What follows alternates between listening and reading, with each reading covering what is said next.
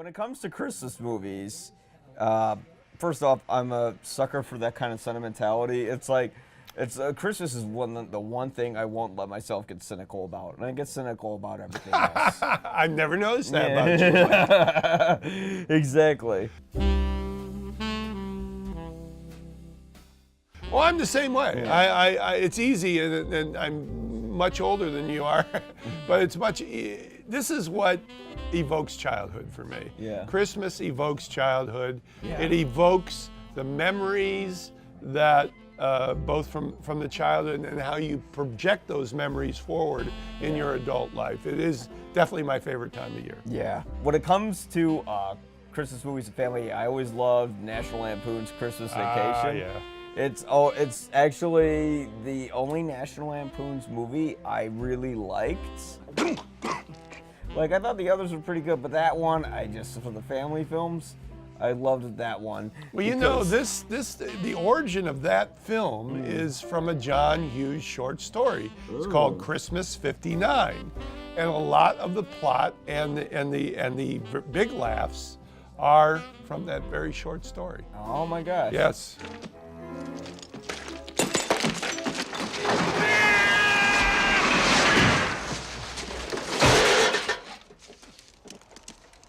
So yeah, because the great thing about this movie is, and one thing that a lot of comedies don't get credit for, especially since we were talking about Adam McKay, you know, comedy is by far the hardest category to direct, because you got to keep people laughing for 90 minutes straight, and you can't lose them, because the second you do, like, if you see a preview to a movie that looks kind of like, okay, but if you see a preview to a comedy that doesn't look funny, immediately you're like, fuck this movie, I hope it fucking fails. Christmas with the Cranks. What are you doing, Walter? Whoa! Easy!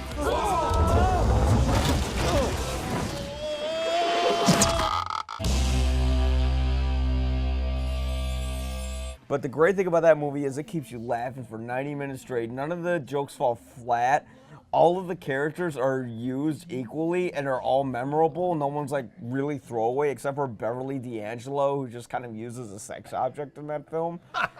When you talk about making comedies, Yeah. you know, that is a timing issue. Yeah. And the best directors of comedy are the ones that are able to take that raw footage and take that clay and form it into timing. Yeah. You don't have an audience on set. No. You don't know how people are going to react to things. So you have to know intuitively how to create timing. Yeah.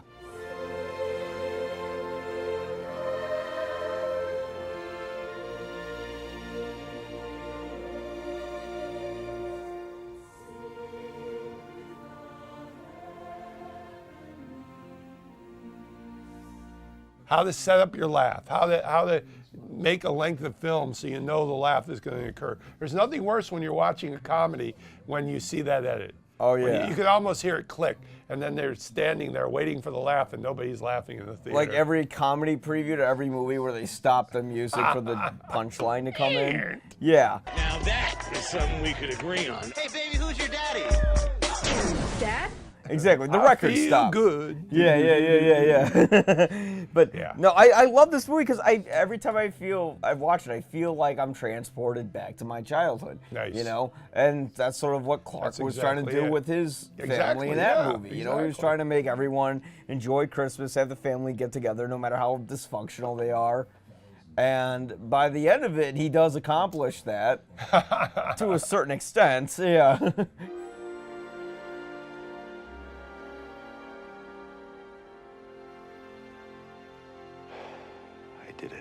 I like that one of the hooks in it is he's waiting for the big bonus. Take a look at this.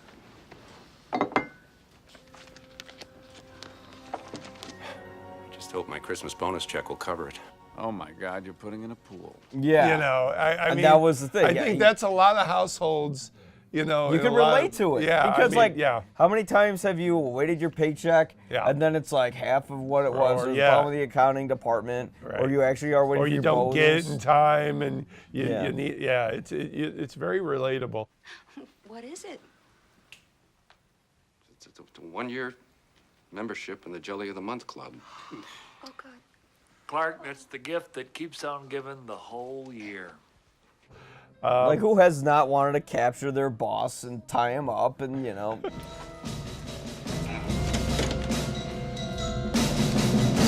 Ho, ho, ho! Merry Christmas, Clark.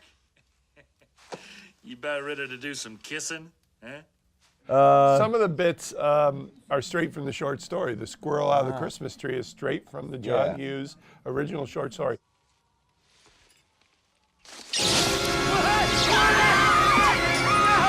This was a sequel to Vacation. You can read them online, and you'll be shocked because both those stories both the movies rely heavily on those stories. Yeah, and it's funny because Vacation was like an R-rated film. I think you're all fucked in the head. We're 10 hours from the fucking fun park and you want to bail out. We're all gonna have so much fucking fun we'll need plastic surgery to remove our goddamn smiles. And then Christmas Vacation was a PG-13.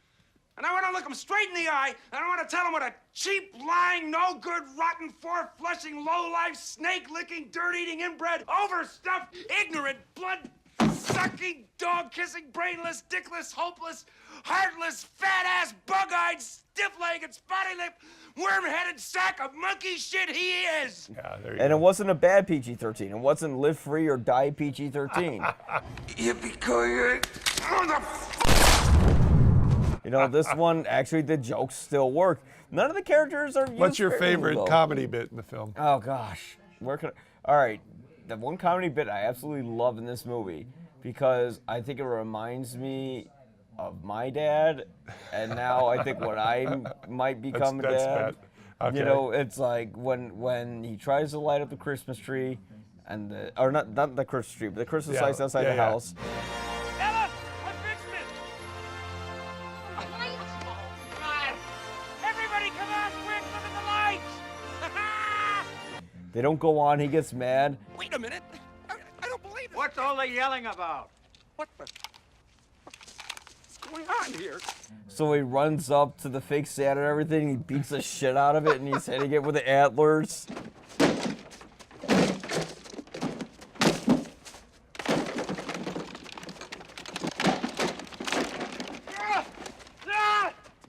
I love the He runs fact. out of the frame. I love when he shines up the sled. Yeah. Oh, 'Cause yeah. everybody, you know, we used to take that wax paper and shine up the sled to make it go faster. Yeah. The fact that he just And then he goes. just shoots, like, immediately, he shoots out like a bullet. Let her rip, Hank Penn.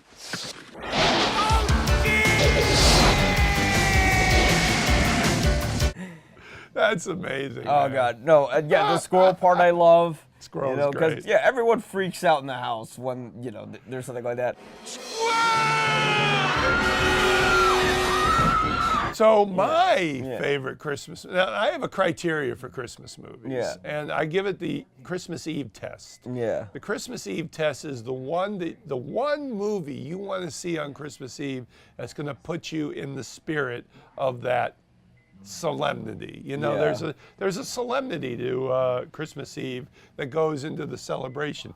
The Eve is more to like, you know, you're contemplating the celebration, and Christmas Day is the celebration. Yeah. So you want a film that's going to make you contemplate the solemn aspect of Christmas Eve. So that's my test. Yeah. Now, one of my favorite Christmas movies is White Christmas. I take a group to the Yeah. Music Box every year since 1994. That's part of my To Christmas. the sing-along of it. Yes, where the people sing-along. sing along to the It's movie. completely sold out this year. I Yeah. mean, it has become a sensation. So when I talk about solemnity, I go to the version of A Christmas Carol that I believe is the best, the 1951 British version Yes. called Scrooge. Yeah. In Great Britain, it's called A Christmas Carol here. Yeah. It That's why I got confused when I saw it on Amazon. I'm like, why is this called Scrooge? This is a Christmas Carol. was originally entitled Scrooge as they released it in the Yeah, UK. that's actually my favorite version too. Whenever I see a Christmas Yeah. Carol, I don't really look at the other versions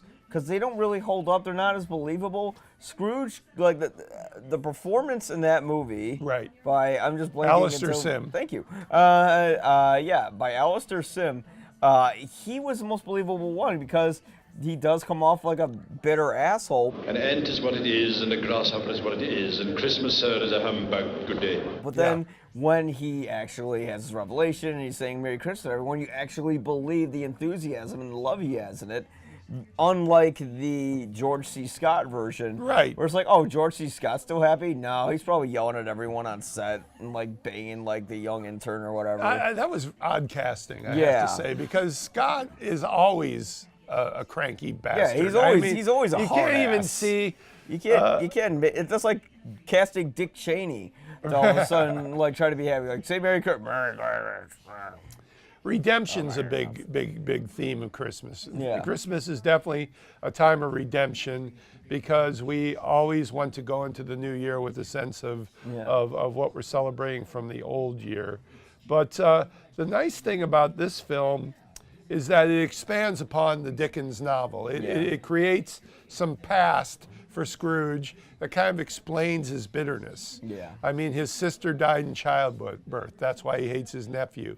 It is revealed that his mother died in childbirth for him. That's why his father hates him. Yeah. I mean, there's a lot of Freudian psychological implications on this bitter old man that make perfect sense when you watch this movie. The world is on the verge of new and great changes, Mr. Scrooge.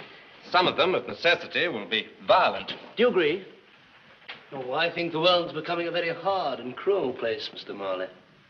One must steel oneself to survive it, not be crushed under with the weak and the infirm. When you get all these things together, it really makes sense that this guy would be the way he is. And his redemption is just showing him that, okay, yeah, these things happen to you, but it's not really that bad a thing.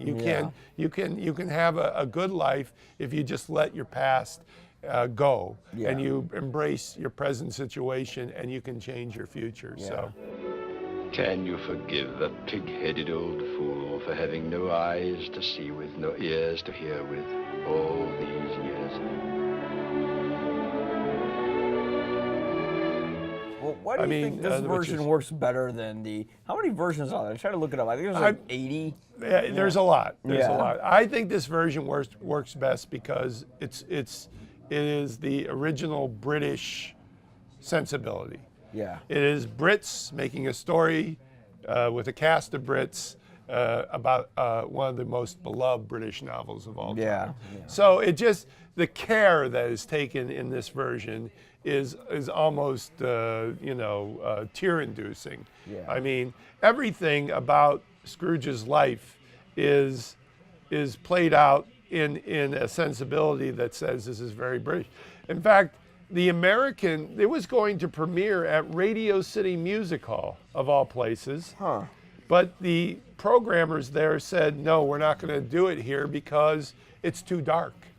We want something that the Rockettes can come out to afterward. And a view of 19th century Victorian London is not, and that's what it is. It's a view of that element of it. Especially that scene when Jack the Ripper comes in the movie. Exactly. The film was too grim and did not possess enough family entertainment value to warrant an engagement. It's at funny, Radio because City today they would Music not Hall. say that at all, Well, again, a different Back then, era. it was a different time, I guess. I can't project myself back to the early 20th century celebration of Christmas, but it didn't seem to be as big a deal as it is now. Yeah. Oh, God, I don't see it as that. I mean, it's a big commercial machine. Well, yes, it's a marketing machine. So we have to, that's where you can get cynical about it, because what does sentiment mean when it's manufactured in a commercial sense? It means nothing. Disney's A Christmas Carol. You know several people that hate Christmas. I know people that hate Christmas. My dad. Yeah. Well, there you go. I mean, it just, people who hate Christmas hate the fact that they've never gotten that feeling that they see manufactured in the media, in the Christmas movies, in the Christmas specials. And I they think don't get it. That's actually true. They never had that feeling, because my dad would always just talk about how people in his family he knew died and stuff like that around then. And I'm just like, that's horrible. But the thing is, Christmas is about actually giving to other people, and not just an Xbox, which you better fucking give me my Xbox. There you go. I know, but It's about actually caring for other people. I try to invite people over for Christmas who don't have families, who like want to go somewhere for Christmas. Well, it's also embracing. It also is about embracing the value of what the year gave you. Yeah. And in that sense, it is going to be people. It is going to be your colleagues. It is going to be your friends. It's about loving your fellow man. It's going to be about your family, you know. I was lucky. I grew up in a family that really embraced the holiday and not too overindulgent.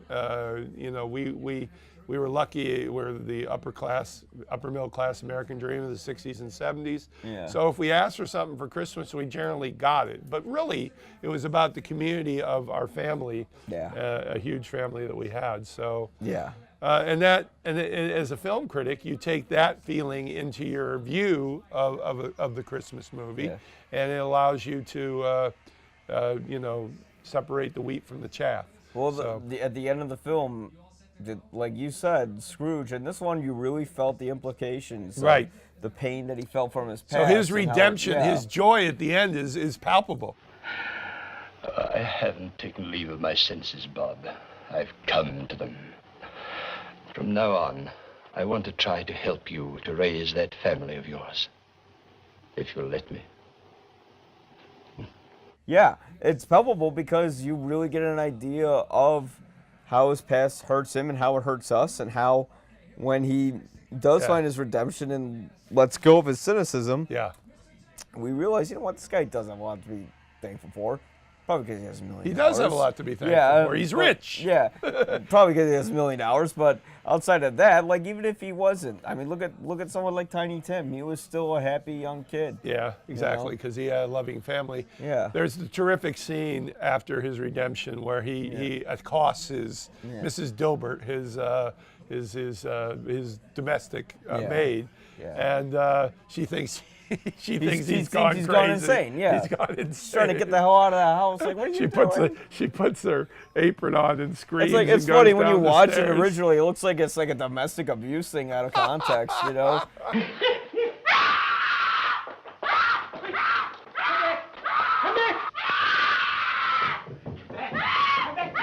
And again, like the original book, a lot of the versions of the Christmas Carol has Scrooge going to Cratchit's house. He doesn't go to Cratchit's house on Christmas Day. Yeah. He goes to his nephew's, but he sends the turkey to them. Yeah. And in the film, Tiny Tim in this film acknowledges that he thinks it come from Scrooge. They're like, oh, you're crazy, man. Yeah.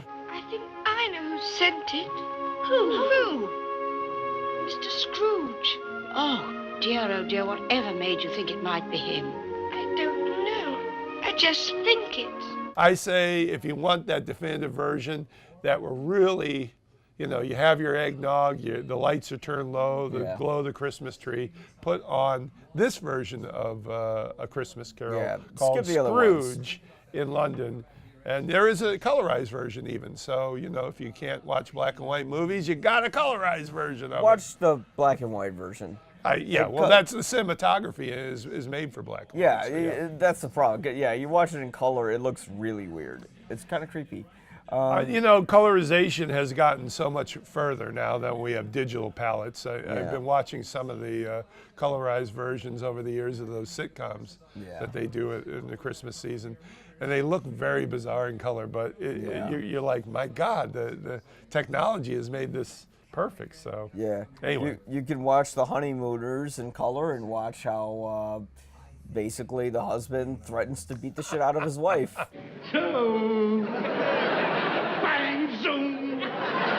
Every week, I bet. Domestic abuse. Yeah. 4 out of 4. To the moon. 4 out of 4 for Scrooge, called A Christmas Carol. Yes, 4 out of 4 for Scrooge, and for National Lampoon's Christmas Vacation, I of course am gonna give it a 4. It's my favorite Christmas movie. I'll give it a 3.5. All right, I have my bias for it. You know, it's it's a silly comedy, but you know what? It's a silly comedy. It's one that never gets old. It constantly is fresh, and mostly because it does take off from that original National Lampoon story, as you mentioned. I think Christmas Vacation is the one you put on Christmas Day when you want to laugh. Yeah, when you want all your Christmas family to Eve, laugh. you put on Scrooge. Yeah, Scrooge for tears, and then Christmas Vacation to laugh.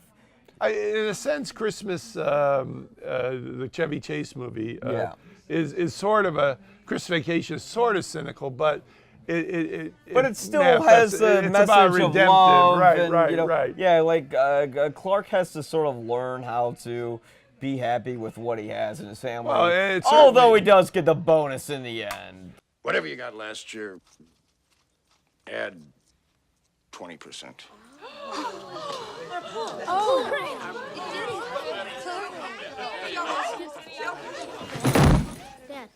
And also too the there's always that crap, trying to put together the perfect Christmas. It doesn't exist. Yeah. A perfect Christmas does not exist. Just whatever's happening to you that year is going to happen to you, and that's the way it goes. Yeah, like if you try to make it perfect, guess what? It's not going to be. Nope.